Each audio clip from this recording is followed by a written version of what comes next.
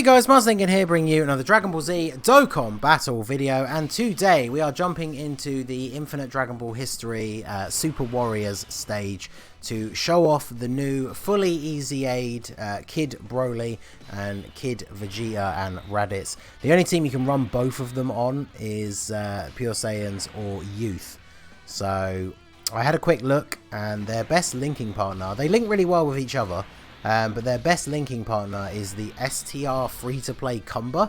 So of course you can't run him on Youth, so here we are on the Pure Saiyans team. So Broly tanking reasonably well. Super attack straight away is obviously not the best. Million attack stat to start with, not bad. Both these units are units that will stack their attack. Broly does stack his defense as well. And he did get the stun on Yamcha. I believe he has a medium chance to stun with his super attack.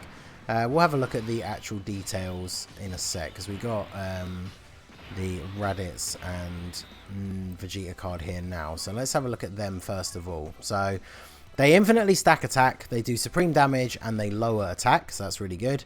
Then of course they're passive, they get attack and defense 70%, an additional key +1, attack and defense 20%, and chance of performing a critical hit +10% per Pure Saiyans category ally attacking in the same turn. So of course we are using a full Pure Saiyans team, so they'll be getting 2 key and 40% attack and defense, and 20% chance to crit off of their passive, which is very, very good. Then they launch an additional attack that has a high chance of becoming a super attack when there is another joined forces category ally attacking in the same turn. And of course, as you can see, we do have the Broly and Paragus. They are a joined forces unit. They're also a support unit for Pure Saiyans, so they're a perfect unit to run alongside the Vegeta and Raditz. I'll probably keep them together actually, and then use the Cumber as the link partner for Broly. So he raises attack and defense, does a supreme damage and a medium chance to stun. He does attack and defense 70%, disables the enemy's guard, medium chance of evading enemies' attacks, and then deliver the final blow to recover 20% HP at the end of the turn. So you want to get finishing blows with him for a little bit of healing, but it's obviously not as important as it is with the LR Zamasu in Goku's body that we showcased yesterday, because obviously you need to get the finishing blow with him in order to actually build up his stats. 1.3 million is definitely pretty good for them. So yeah, Broly just gets you a little bit of healing with the final blow, which obviously you're not necessarily always going to need that, like especially on top tier teams, like you're not going to be on particularly low health. But yeah, so we got a lot of links active with you. We also have prodigies with this Vegeta on the end, so let's keep Broly in the middle. I don't think between the two of them they'll be able to finish off Krillin straight away from full HP. But I mean, as you can see, we're basically on 90% HP anyway. So as I was saying, like getting Broly to actually finish people off for that last part of his passive is probably not as important as it is for other units. So he's already up to 1 million attack stat. Obviously very good. The fact that he infinitely stacks like these two in these long form events, and there you go, there's the additional super attack. That's what you want to see from stacking units all the time. And so yeah, he's already taking double-digit damage from normal attacks. So obviously these two units, they're very strong free-to-play units. Dokkan has been doing very good lately with free-to-play units actually being really worthwhile. And of course Turles would transform. It's a showcase. We want Turles for his support buff. So of course he's just going to transform. So I guess we can just let the Vegeta and Raditz go first. They should finish off Krillin here anyway. But yeah, so free-to-play units have been getting incredibly good. Obviously, any units that can infinitely stack defense, like the Broly, make these long-form events and the Legendary Goku event a lot easier for free-to-play players. So it is very nice to see. Plus, even if you are somewhat pay-to-play, obviously if you're a Mega Whale and you've got a box full of all the Rainbow Summonable units, you're probably not going to use these guys as much. But you know, they're good solid options to have. Let's go ahead and do this, and then yeah, we might as well get Super 4 Vegeta as well. So decent solid options. They'll make this event super easy. It'll be interesting to see, like, obviously the Vegeta and Raditz card is going to be the one that falters a little bit because they don't stack their defense. But this Broly card, like, you can easily take him into even the new Infinite Dragon Ball History stage, which is obviously the hardest one so far. You can take him in there, and by the time you get to the end of the event, he will be perfectly fine because he will have stacked up his defense to a very, very high state at that point. And of course, the fact is, Broly really got the better end of the stick because he stacks attack and defense, whereas Vegeta and Raditz only stack their attack, which again, unfortunately, that makes them a little bit less useful in the harder, longer events, because by the time you get to like Gogeta and Broly at the end, or like the UI Gokus, I guess STR UI Goku isn't the worst because they have type advantage, but he's still going to hit them pretty hard. Like if you've taken AGL units who aren't the best tanks, like Blue Gogeta when he doesn't dodge is a good example. STR UI can still hit you pretty hard even though he is an STR unit, so they're probably not going to do super great. And then yeah, once you get to Int UI, then it's GG for Vegeta and Raditz at that point, unfortunately. So Broly definitely got the better end of the deal with the infinitely stacking defense and attack. There you go. There's the dodge as well. That's what we like to see. Sorry, I was going to say 9.3. Imagine if you had a 9.3 million attack stat. Almost at a million. Obviously, Broly builds up a little bit slower, and he is stacking attack and defense. So can't really complain about low numbers at that stage. I mean, we're getting a decent way through the event already. Hopefully Turles won't transform again, because I kind of want that 40% support buff, especially for the Raditz and Vegeta unit. So yeah, let's see them tanking here against the Piccolo. Like, they are getting the support from Paragus and Broly. In fact, if we grab these physical orbs, oh, I thought we could get a Dokkan attack with them. But so yeah, they're up to 1.5 million. That is very, very good. Unfortunately, no crit, but then there's that additional as well.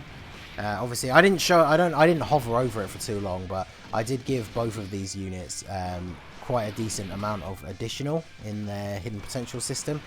So once we get onto the next turn, I will bring that up again very quickly. I know it sort of came up when I was showing the details of the cards earlier, but I didn't really highlight it. So unless you spotted it straight away or like paused the video or whatever, you might not have seen it. So I will bring it up at the start here. So moving on to, I believe, Vegeta. Yep, okay.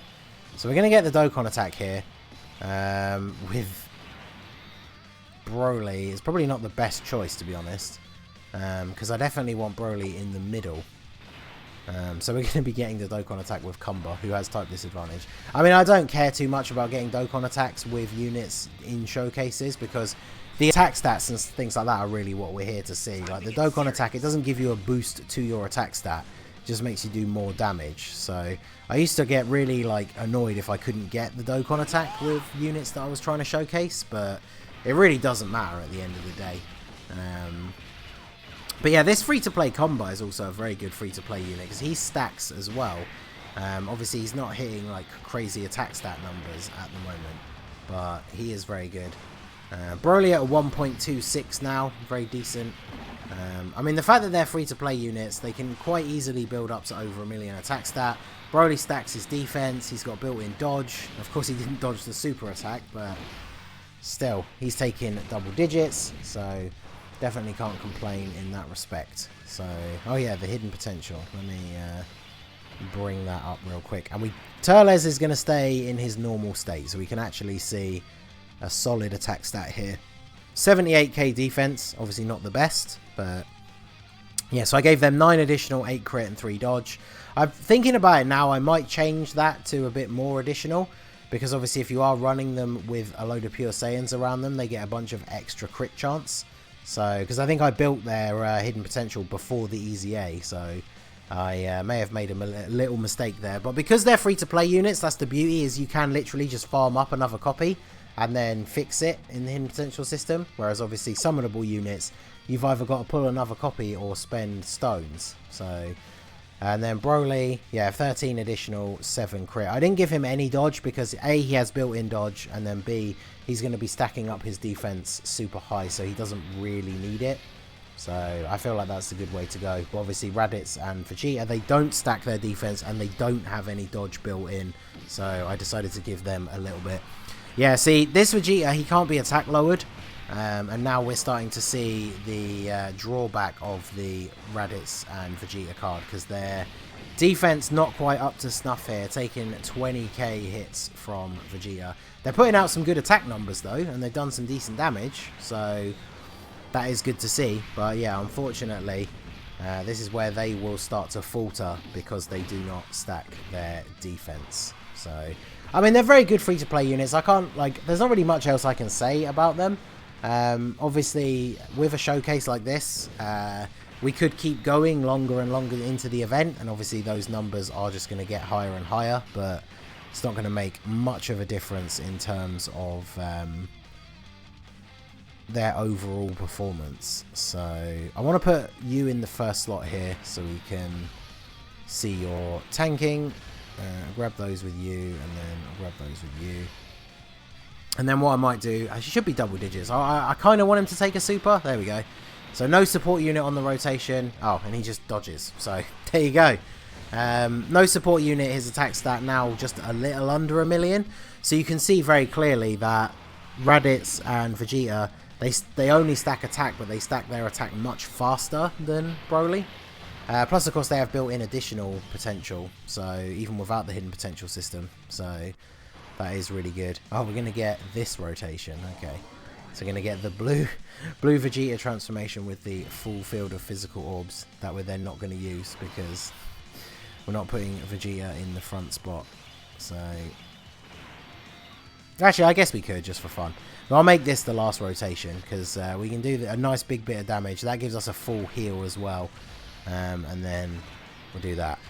So let's see what we can get here. Okay, so he's going to super attack Vegeta straight away. Vegeta should have decent defense though this turn. Yeah, 50k, that's not bad.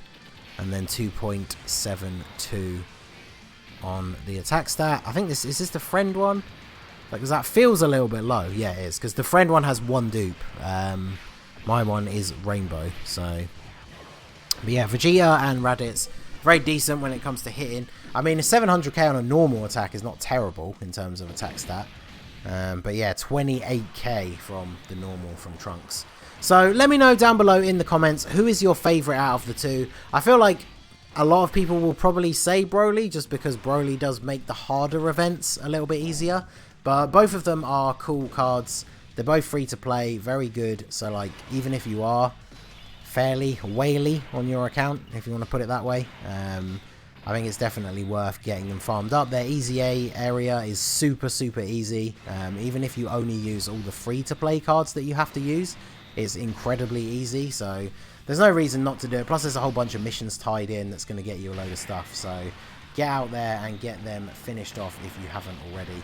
And yeah, let me know what you think of them down below in the comments section. So we're going to see Broly tank one last time here, and we're out.